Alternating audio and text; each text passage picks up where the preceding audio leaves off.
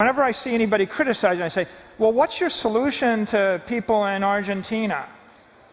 Right? It's like when you're in New York and Manhattan and you're in a cocktail party and then you're criticizing this. Like, what are you saying to everybody else in Africa or South America or Asia or Venezuela? What is your solution to them?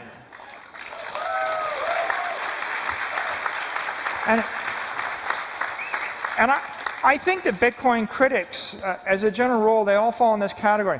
They all just criticize something that they don't understand that's new. And I've never seen a critic say, I hate Bitcoin. I think that people in the rest of the world should buy, no one says they should buy Apple stock to save their life savings in Africa to avoid having it be stolen by the local government. Nobody says that. So if you don't give a constructive solution to the problem, then you're just reflexively rejecting a new thing. Are you essentially a corporate heretic? And what I mean by that is in corporate CEO suites, they borrow money and they buy back their own stock, and their executive options go up a lot in value and they cash out. You looked at this situation, you said, oh, the ice cube on my balance sheet's melting, I'm going to buy Bitcoin. I'm even going to borrow money to buy Bitcoin. It seems almost like a speculative attack on the central bank itself. Is that a fair characterization? What are your comments? I think for a decade, conventional treasury strategy was I buy short-dated treasuries, and in order to get my stock up, I buy back my equity and leverage up my cash flows. I watched 99 out of 100 of my competitors all go out of business pursuing that strategy. What they do is they either do a dilutive acquisition where they buy another company and they keep bolting on acquisitions until they've got 37 companies and it all falls apart, and then they sell themselves or take themselves private, or they keep buying their stock back and leveraging up. And one way is decapitalizing the company, the other way is diluting the company. What I was doing with Bitcoin was I was saying, I don't want to decapitalize the company. I want to keep the capital or grow the capital, but I want to put an asset on the balance sheet. And I think a big breakthrough is I can convert my cash from a liability to an asset, and then we realize that if that asset's going to go up by more than 10% a year, and you can borrow money at 5% or 4 or 3 or 2, then you should pretty much borrow as much money as you can and flip it into the asset, and why wouldn't you? Right, but it does kind of call time on this ultra-low interest rate policies by the central banks that seem to be there only to benefit a few select at the top while disenfranchising the many. And if all corporations did what you guys are doing, it would seem to disrupt the central banks, which in fact would then help Bitcoin. Is there a virtuous cycle here? Should central banks take a more politicized stance and do this for that reason as a way to get rid of possibly the greatest threat we have, and that is the central banks?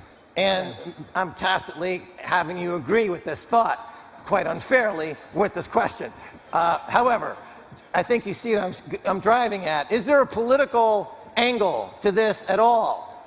Are you allowed to say that? I think we can all go forward constructively together.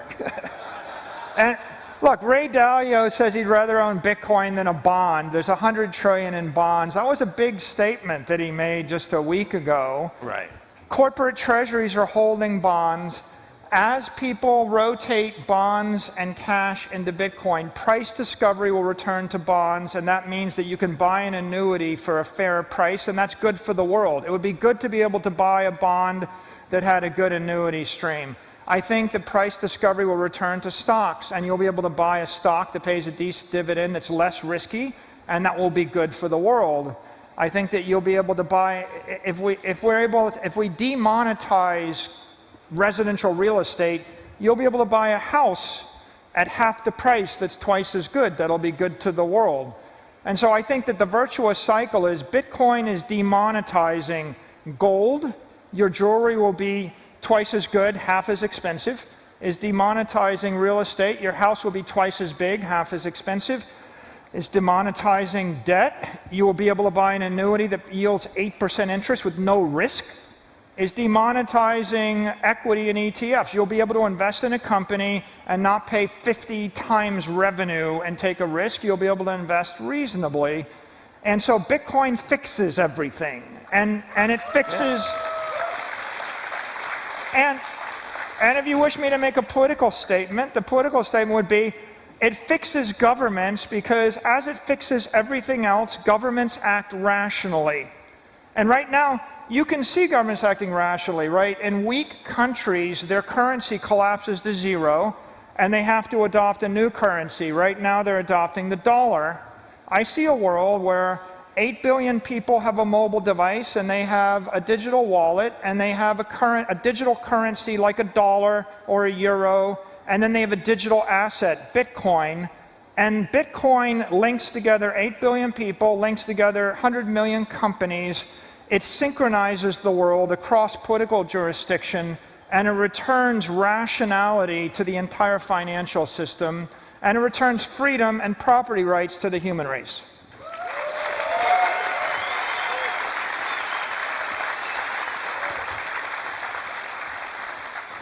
All right. Now, you've said on occasions, it's very interesting, you seem to allude to or refer to Bitcoin as something of a new life form. And sometimes you refer to it evolving. You say nothing can compete with Bitcoin as money unless it's a unique, beautiful creature that does something unique. It's like plankton or a lobster. You refer to one of the shitcoins out there, Ethereum, as a shark duck that lives in trees. Right? So you use these life-affirming metaphors quite often, but the idea, the reason I bring this up is because the difficulty adjustment, the way it acts, seems like it's alive in a lot of ways. So what are your thoughts on this?